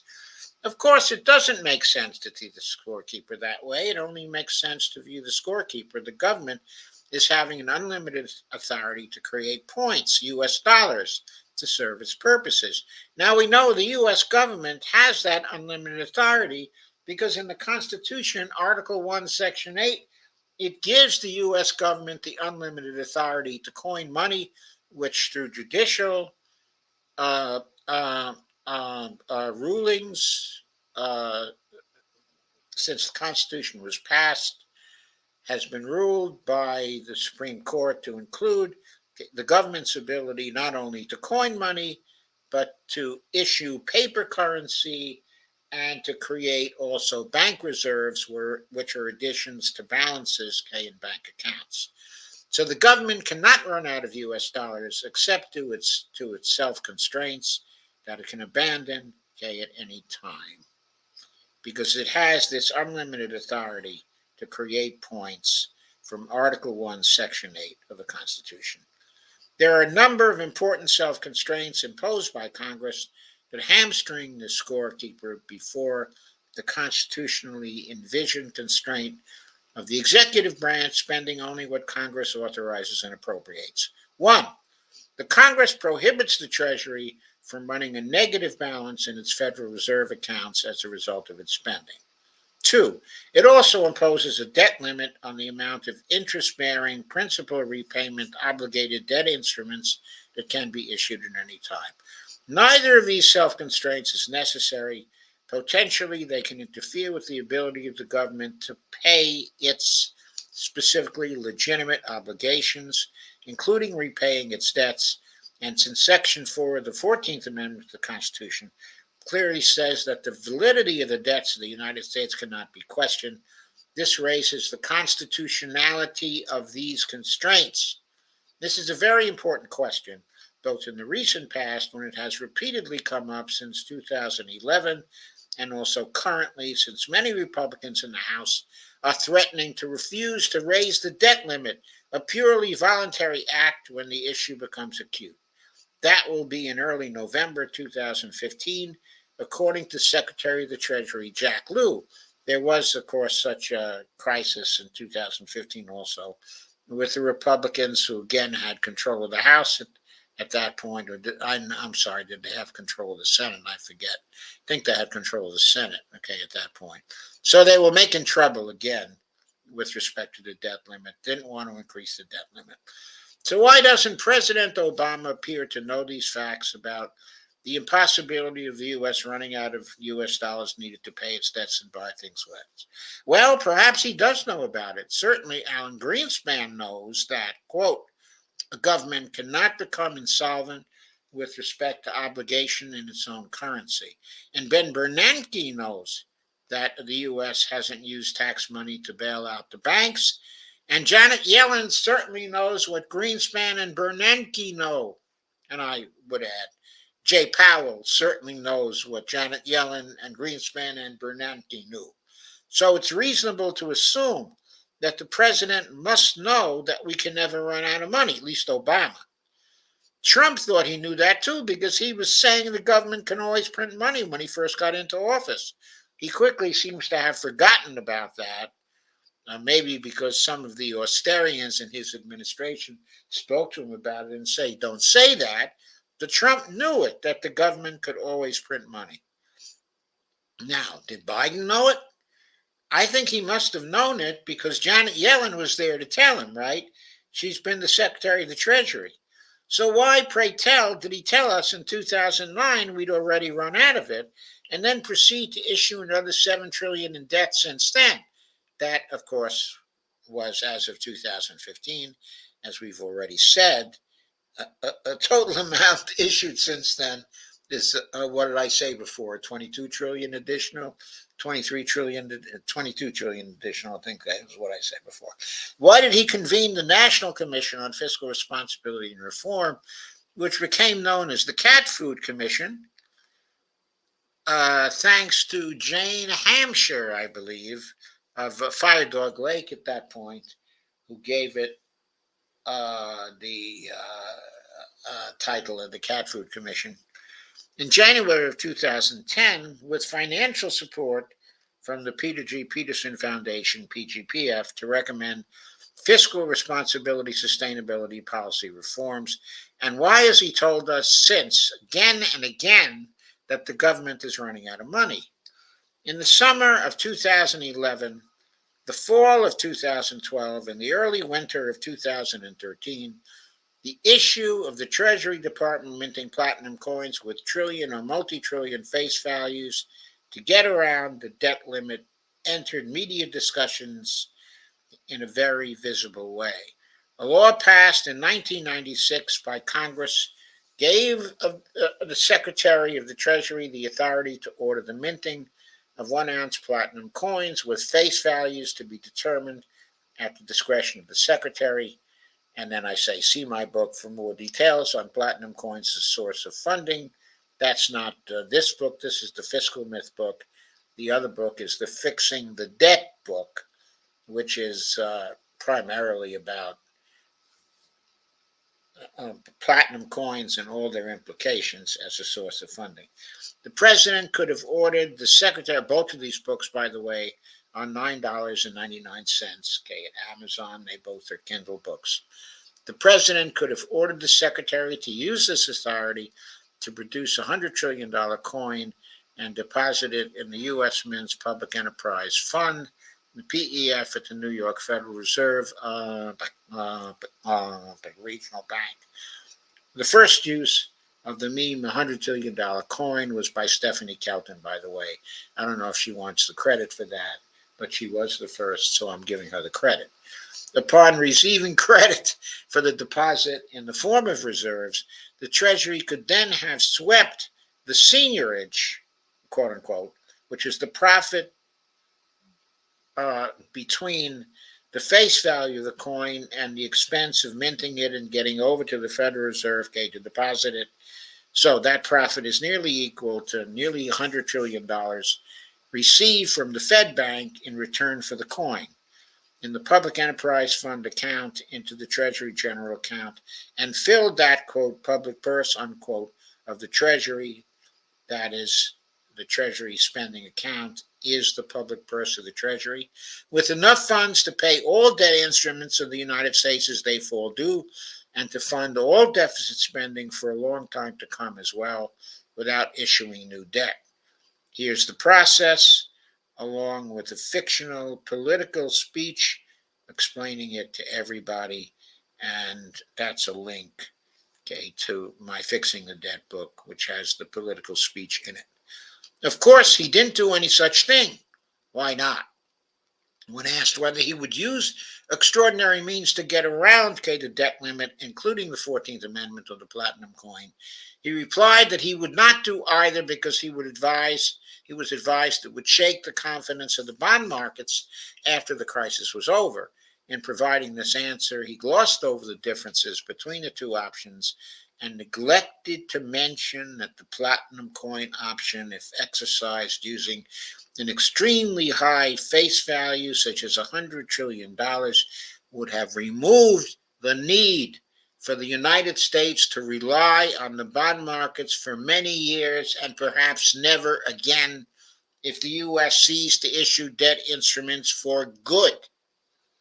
But apart from the details of that incident, if the president was discussing the platinum coin option with the press, then he clearly knows, along with the others mentioned above, that the government cannot run out of money except by deliberate acts of Congress constraining its financing methods beyond the authority granted by the Constitution to create whatever money the government needs to pursue the, quote, general welfare, unquote. So why has he expressed continued concern over, quote, fiscal responsibility and, quote, deficit reduction, unquote? Why didn't he acknowledge that he knows that the government can never run out of money except by deliberate acts of Congress or delegated authorities, such as the Federal Reserve or the executive branch, refusing to create it by choice? Why doesn't he acknowledge now that the government can never be forced to run out of money, and that if no one else will do their duty to the Republic, then he will order that the platinum coin be minted to cover spending, congressional appropriations, and previous debts when these fall due? By the way, the same question can be asked of Joe Biden. He didn't have to go through debt ceiling crises and make compromises with the Republicans here. He could have minted the platinum coin of $100 trillion, and he would have had plenty of money to continue to pay out what had been budgeted by the Congress, to pay out all the appropriations and all the debts that falls due. Why didn't he make that move? In Biden's case, well, I won't even say that. How many people among our leaders in Washington know, quote, the secret that our government can, quote, run out of money? Hundreds, thousands. During the 2016 election campaign, how many candidates and media personalities will tell the public that there is no shortage of money? I could say that about the 2024 campaign. How many candidates and media personalities will tell the public there's no shortage of money?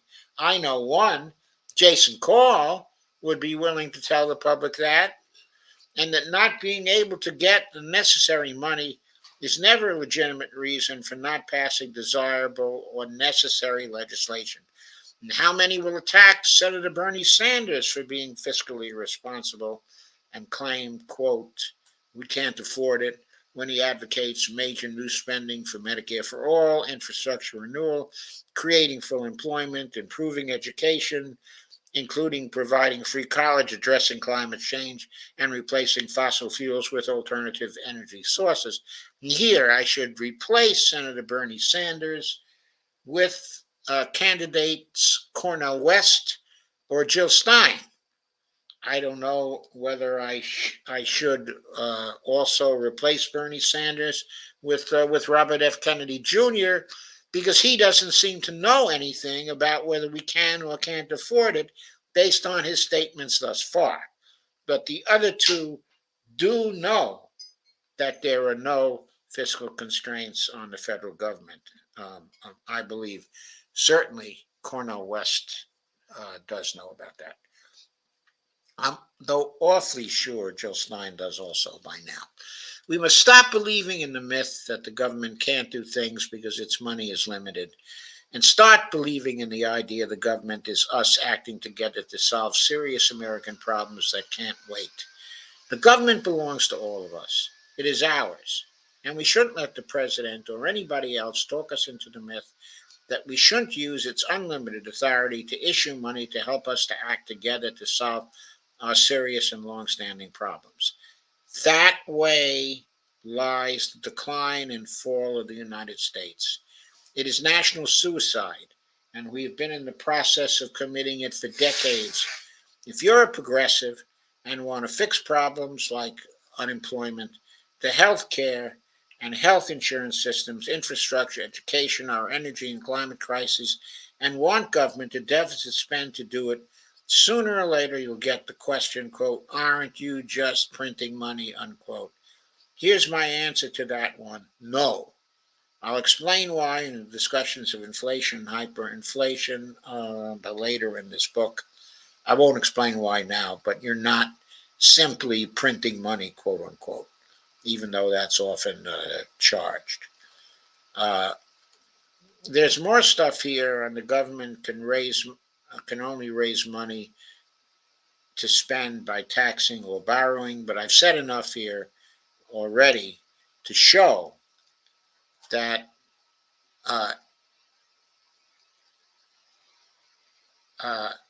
that besides taxing and borrowing, which do not produce money anyway that can be used by that is used by the Treasury Department to spend, that there is also two other options. One such option, is minting platinum coins. The other such option is overt congressional financing by the Congress. How does Congress do overt congressional financing? All it does is to order the Federal Reserve to place the funds corresponding to congressional appropriations directly into the Treasury spending account upon passage of the appropriations. That's all Congress has to do to create overt congressional financing. That is That is overt congressional financing, to spend the appropriations and to repay the debt and the interest that falls due during the period, okay, of the appropriation. Uh, so it is not true.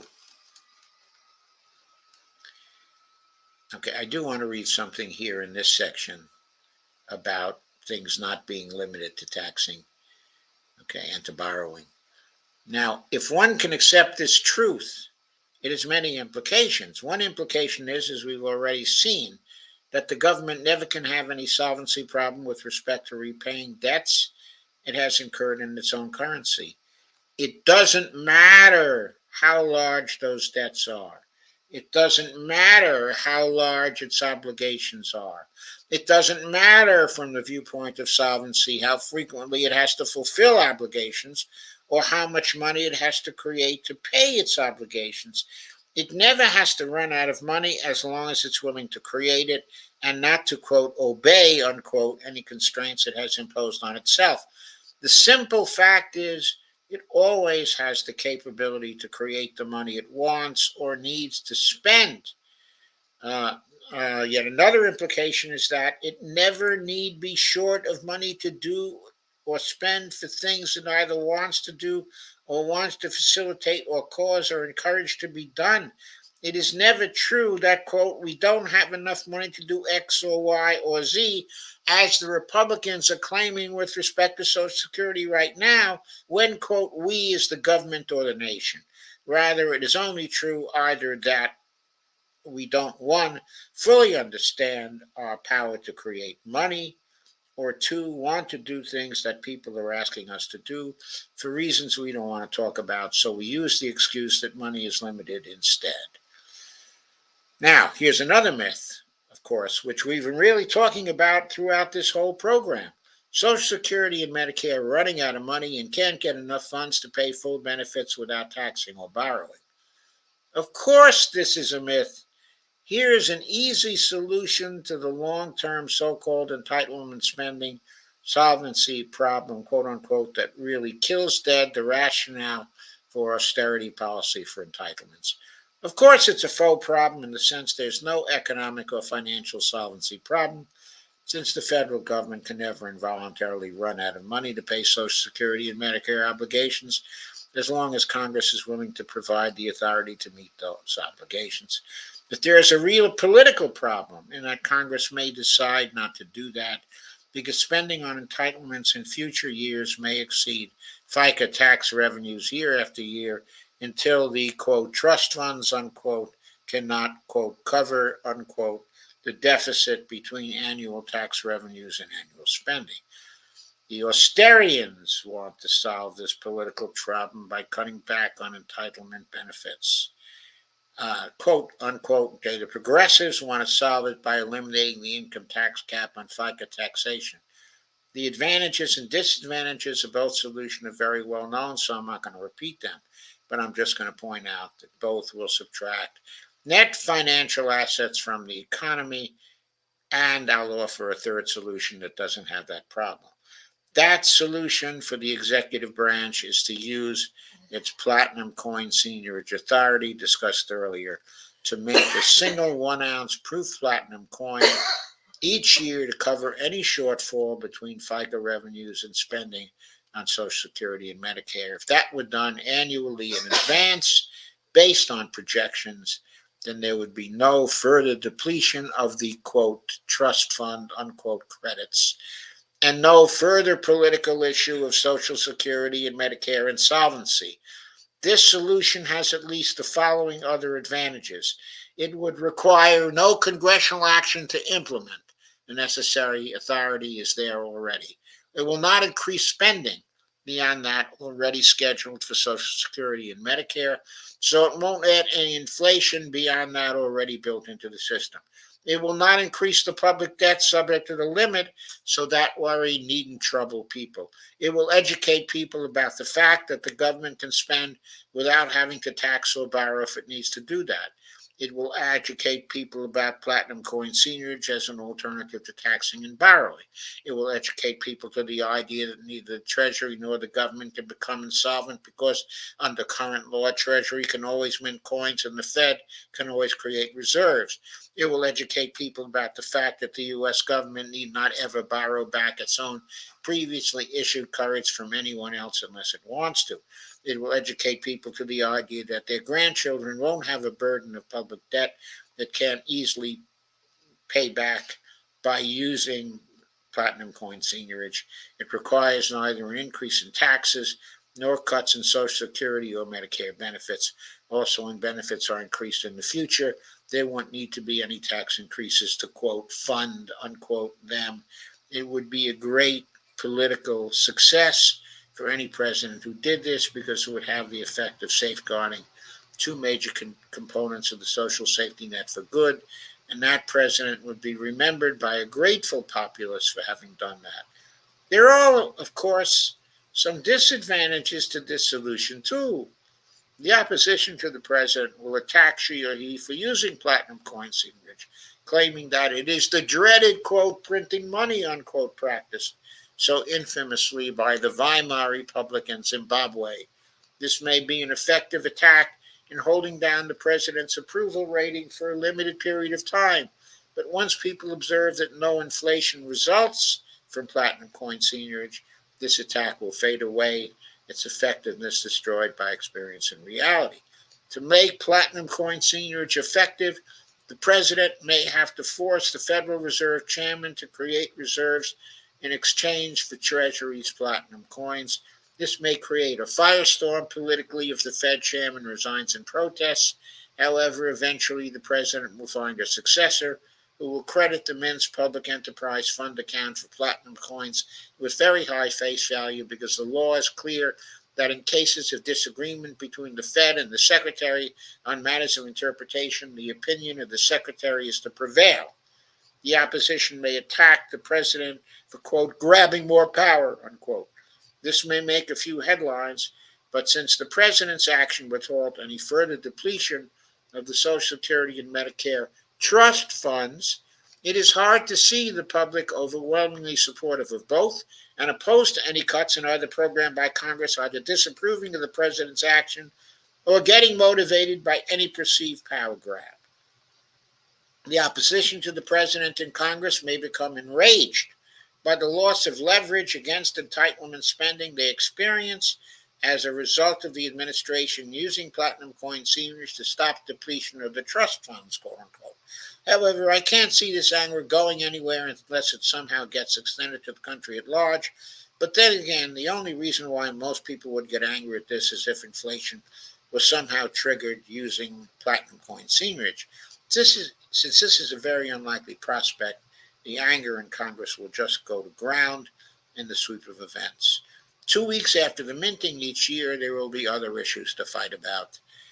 After a few years of use, platinum coin seigniorage will be institutionalized as the way to ensure the fiscal sustainability of Social Security and Medicare, regardless of fluctuations in the economy and in tax revenues. So that's it.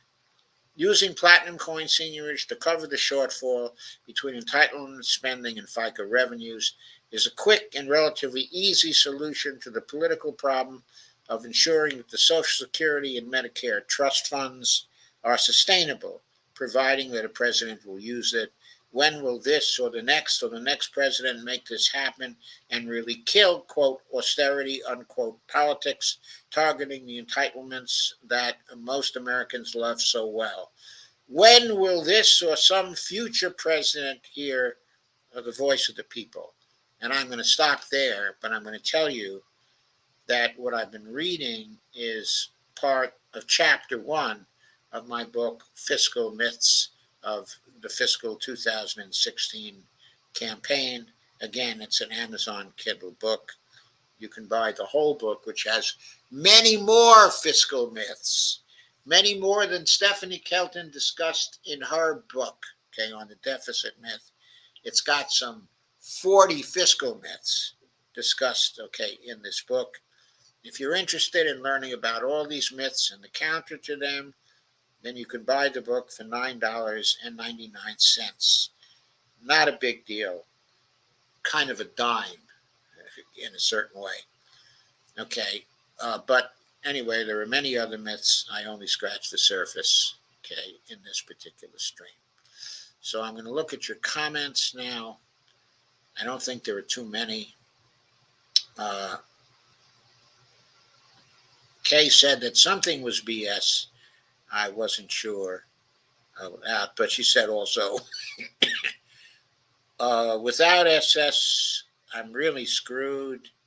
Kay says, wish I could get out of Ohio. An old high school friend took me to the SS office today. Thank you to her. It's a shame that the poor have to jump through so many hoops to prove how poor they are, but not the rich. Shake my head. And at 10:59, she said, okay, guys, I'm out of here for tonight. Okay, love you all. Well, thank you, Kay. There's only one person still here. That may well be Steve. I don't know. Is it you, Steve? Are you still here? But anyway, uh, I'm going to end this for tonight. Tomorrow, I'll be back with another Dump the Corruption show. This was a show about the fiscal myths, okay, of neoliberalism, and I covered just a few of those. There are actually 40 or so of those fiscal myths.